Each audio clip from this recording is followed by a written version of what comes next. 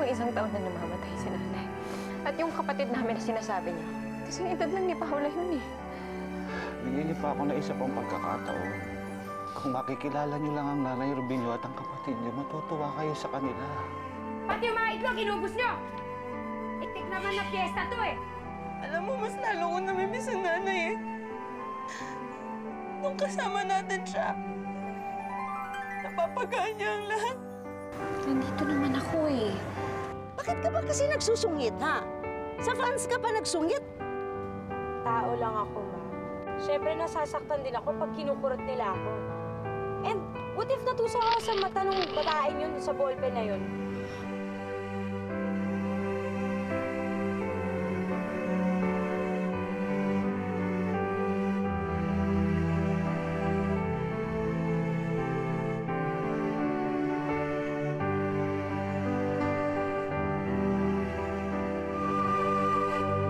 May gagawin ba kayo sa linggo? Gusto niyo mamasyal?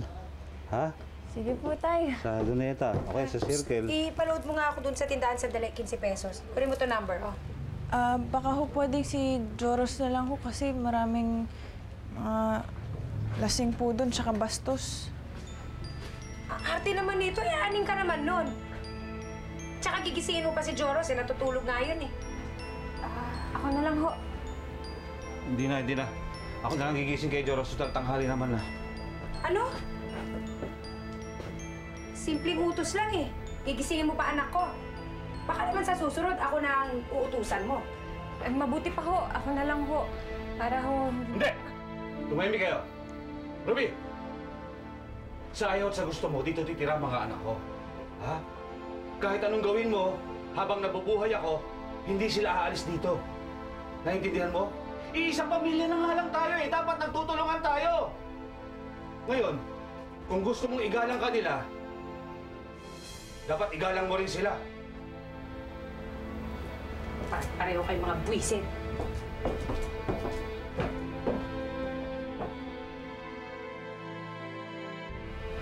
Sige na. Pasok na ako. Ano tayo?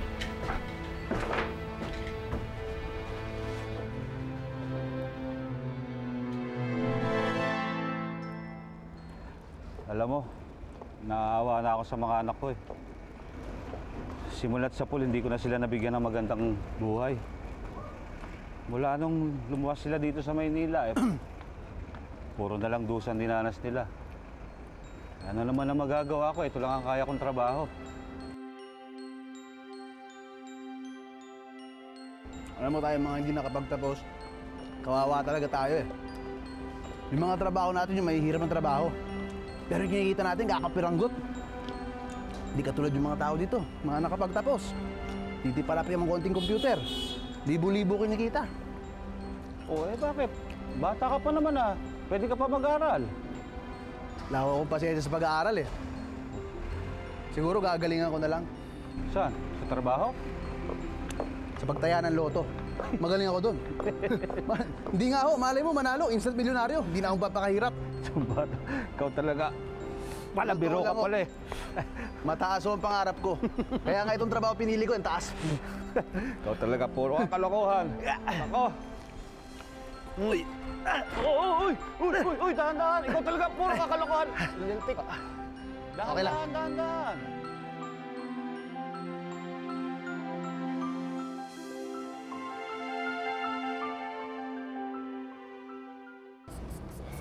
Prom din rin ho kami. Pero maaga namatay magulang ko, kaya dito na ako lumaki kasama ng lolo ko.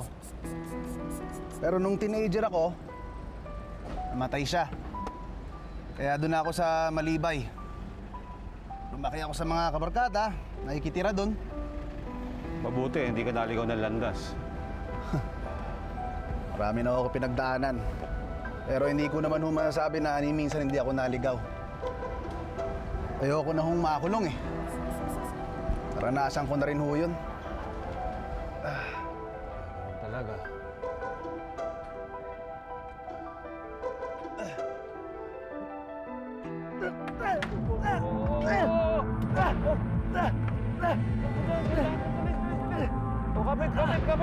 Kapit!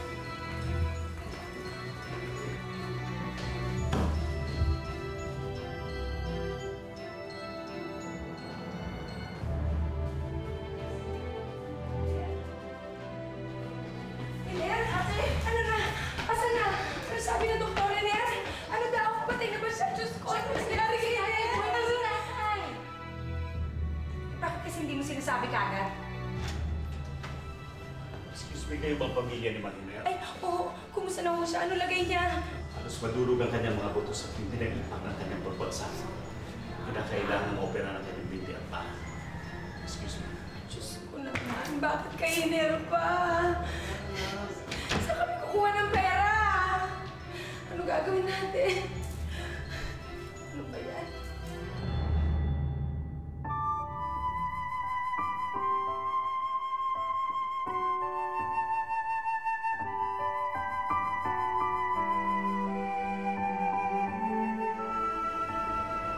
Diyos ko.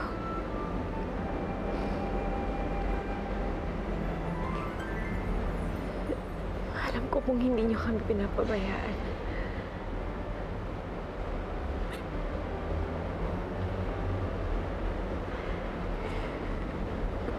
Pero nakikiusap po ako sa inyo.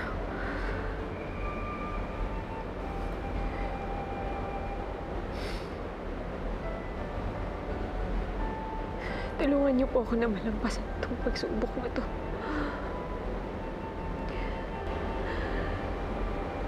Si tatay na lang po ang natitira kong pamilya.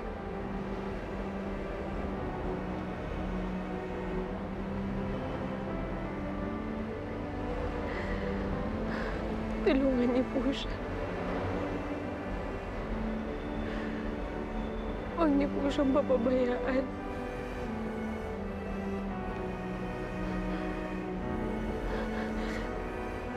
Kayo na lang po ang malalapitan ko.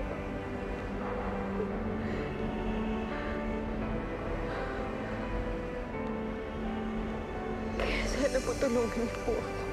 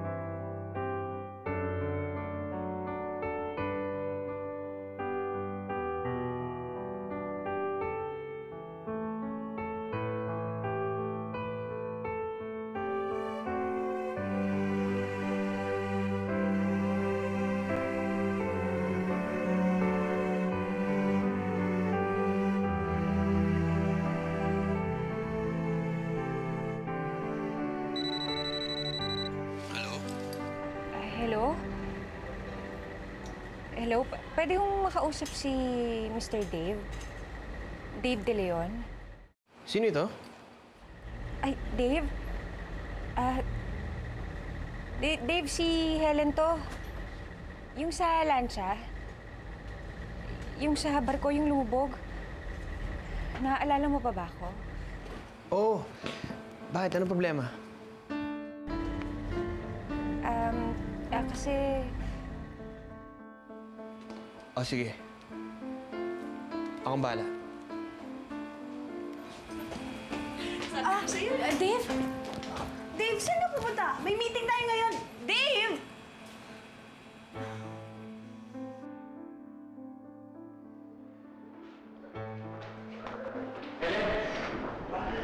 Dave, anong ginagawa mo dito? Nabalita ko emergency eh. Kumusta ang tatay mo? Ano ka ba naman? Hindi naman kita inuobligang pumunta dito eh. Ayos lang yun. Ako na magbabayad ng lahat ng bill dito. Sagot ko na. Sobra-sobra naman yata yun. Hindi ko naman hinihingi sa'yo yun eh. Ang hinihiling ko lang, matulungan mo lang sana ako makahanap ng trabaho. Hoy! Ano ba pinagsasabi mo, ha? Anong trabaho? At kung magkatrabaho ka man, kailan ka susweldohan? Kailangan na natin ngayon. Binibigyan ka na nga ni Pogi, oh. Tanggapin mo na. Ano ba yan? Shota mo? Hindi mo. Bigati na. Diyan naman eh. Pasensya ka na ha. Pasensya ka na talaga. Ayos lang yun. Diba sinabi ko naman sa'yo nun? Tawagan mo ako kung may problema. Minsan na tayo nagsama sa trahedya, ano ba naman yung magsama tayo sa problema?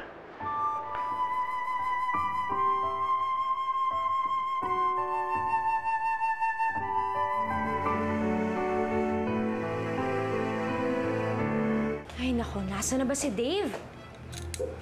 Alam mo, Bianca, kung di ka sumama dito, for sure hindi yun umalis dito. Ano ibig mong sabihin? Baka nakakalimutan mo. Ako ang producer ng show. Bianca, di relax. Wala namang sinasabing masama yan si Gwyneth eh. Iniisip niya lang, baka nasa awkward stage pa kayo ni Dave. Asa na ba yung alalay na yon? Ang tagal-tagal niya. Frappuccino lang yan ang tagal You na. also relax, ha? Darating na yon. Oh, ayan na. What's this? Cappuccino to eh. Sabi ko, frappuccino, di ba? My God, you're so stupid. Ay, isa tayo. Ay, ma'am, pasensya po, kalak po. Ang tanga-tanga mo kasi, ha? Lagi kang palpak. Huwag ka na magpakita sa amin, ha? Alis na kami, Bianca. Gwyneth! Gwyneth!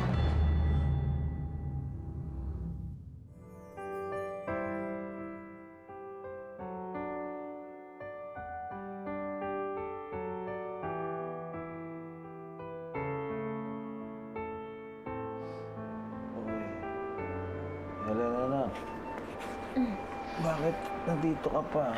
Ba't hindi ka magpahinga sa bahay? Kaya ko naman na dito eh. Hindi ko naman kayo pwedeng iwan dito mag-isa. Siyempre, gusto ko rin kayong pantayan.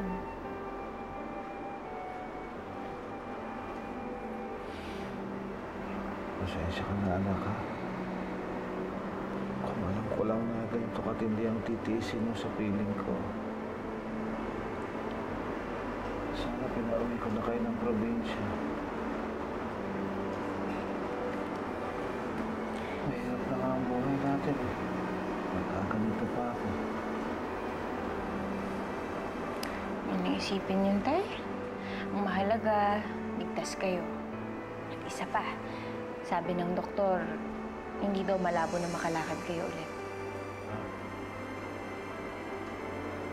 Teka, saan ka kumuha ng bilang pa-opera sa akin? Helena, kahit na anong mangyari, huwag na huwag kang gagawa ng masama. Tay, hindi ko naman yung gagawin yun. Meron hong isang tao na mabuting loob. Siya yung nagpautang sa atin ng pera. Nagtatrabaho ako ng mabuti para makabayad agad, tsaka mabayaran lahat ng mga mabubuting ginawa niya sa atin. Sino?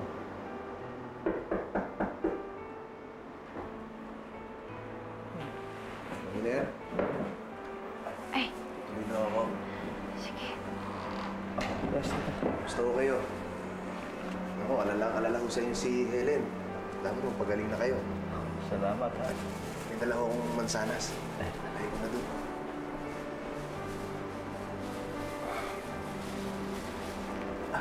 Esther, sandali.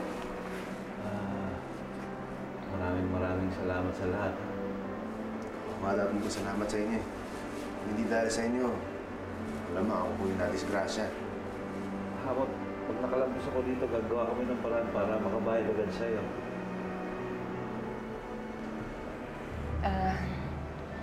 Tay, hindi yung siya yung tumulong sa atin at nagpahiram sa atin ng pera.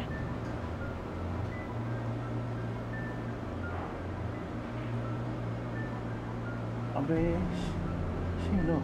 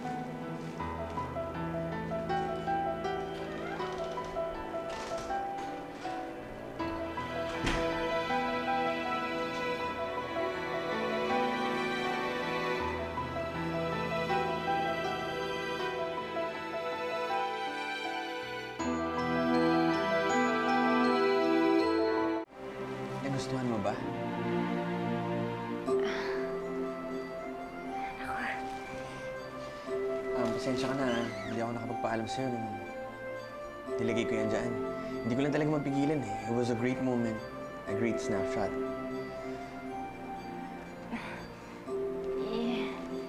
Nakakahiya naman. Hindi naman ako model eh. Tsaka, nakakahiya talaga eh.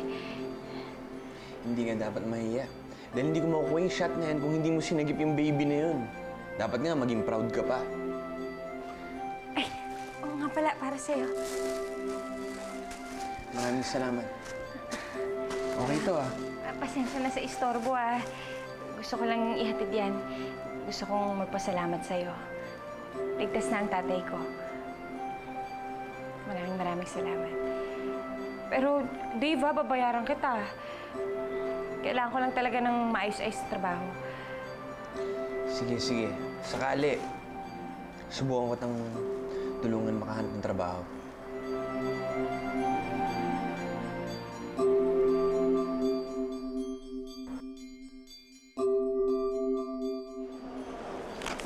Alam mo, minsan lang humingi ng pabor si Dave. Lalo na dito kay Bianca. Believe din ako sa'yo, ha? Ang lakas mo talaga sa kanya. Ayusin niyo na ang mga tarpaulin. I want it everywhere. Oh, Borge. I'm expecting Dave. Nasaan siya? Ako lang pinapunta eh, saka itong si Helen. Wait. Dave. Kung gusto niyo makabawi sa akin, bigyan niyo ng trabaho si Helen. Why? Sino ba siya? And besides, ikaw tong dapat bumawi sa amin. Bigla mo na lang kaming iniwan the other day. Wala naman yun kumpara sa pag-iwan mo sa akin sa harap ng altar. Malit na pabor lang naman hinihingi ko. If you wanna be friends again. Okay, okay.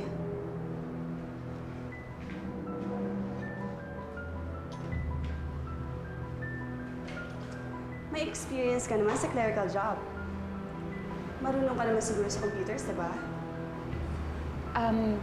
Ma'am, kasi wala pa ho akong experience sa opisina eh. Tsaka, hindi ako marunong masyado sa computer. Ilang beses pa lang ako nakakagamit nun eh. Bianca! Gusto ka namin makausap. Bakit napakaraming guests sa concert ko? Remember, it's my concert. Dapat ako yung bida. Why don't we talk in my office?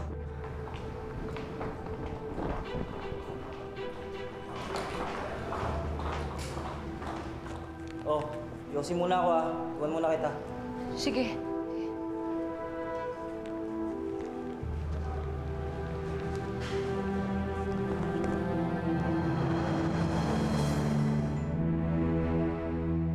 Thank you talaga, Bianca. Sabihin mo nga kay Gwyneth, chismis lang yun eh. Alam ko naman na hindi mo siya pabayaan sa concert niya.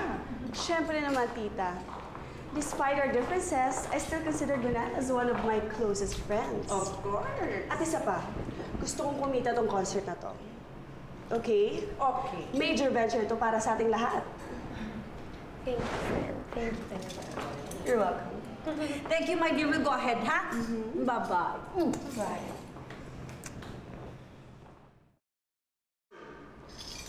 Friend, Yes?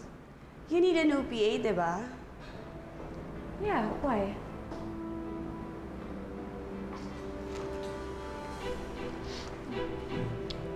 Tumayo ka. Tumayo ka.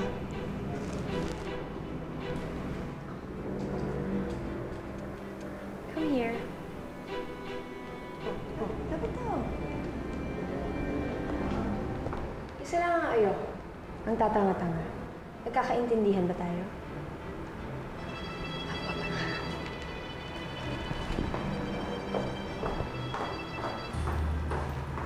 Uy, ano ba hinihintay mo? Halika na! Kailangan po. Salamat, ma'am. Buti ka mo na, ibawi ko nga.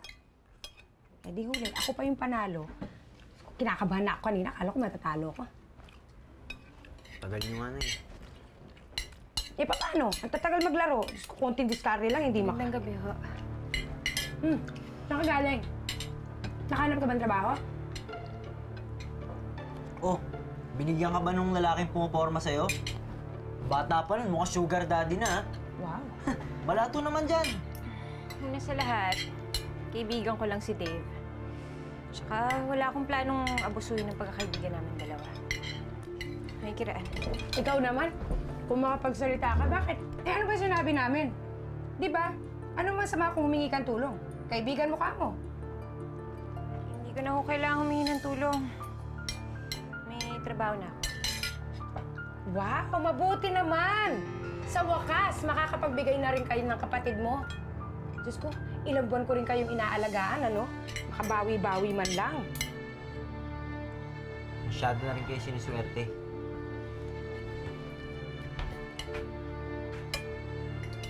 Alam nyo, kayo ang sinaswerte. Kasi wala naman kayo ibang ginawa kundi mag-antay na lang sa sweldo ng tatay ko. Balot naman kayo ng buto nyo. Aba, ano sinasabi mo? Nay, may sinasabi pa, oh. Eh, bastos ka palang babae ka eh. Alam mo, para sabihin ko sa'yo, nung magsama kami ng ama mo, halos ako ang magpalamon sa kanya. Kaya hindi masama kung magbuhay reyna at prinsipe kami ng anak ko. Ha? Kayo, puro naman kayo mga pabigat eh. Wala kayong pinagkaiba sa nanay nyo. Ang nanay nyo parang wala nang ginawa kundi humingi ng pera. Keso merong may sakit. Merong hindi kinikita yung bukid. Ano yon? Puro kayo mga pabigat. Mga buhaya kayo! Sabihin niyo na lahat ang gusto niyo sabihin. Pero huwag niyong babalahurain ang pangalan ng nanay ko. Wala siyang ginagawa sa inyo, ah. Ikaw nga itong nag-agaw ng asawa, eh. Ikaw itong malanding pumatol sa may asawa. Ngayon, sino sa ating dalawang makapalang mukha? Bastos ka pala eh! Ha? Ha? Ikaw, anong makapagsalita ka? Anong pinagmamalaki mo, ha? Anong pinagyayabang mo? Ha? Sino? Ha? Ikaw,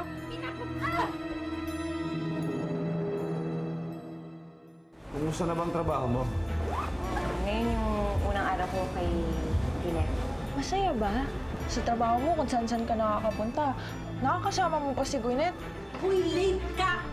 Gusto mo ba talaga magtrabaho, ha? Hindi porket kasama ko siya, eh, masaya. Anong ibig mo sabihin? Di ba yung mabait? Ikaw, Helen, kung ayaw mo pagalitan, huwag mo dalhin sa trabaho ang problema mo, ha? Aba, anong nangyari dyan? Ha? Meron ba akong hindi nalalaman? Hindi mo alam ang ginawa ng anak mo? Inaway niya ako. Sinugod pati si Joros. Buti hindi siya pinatulan.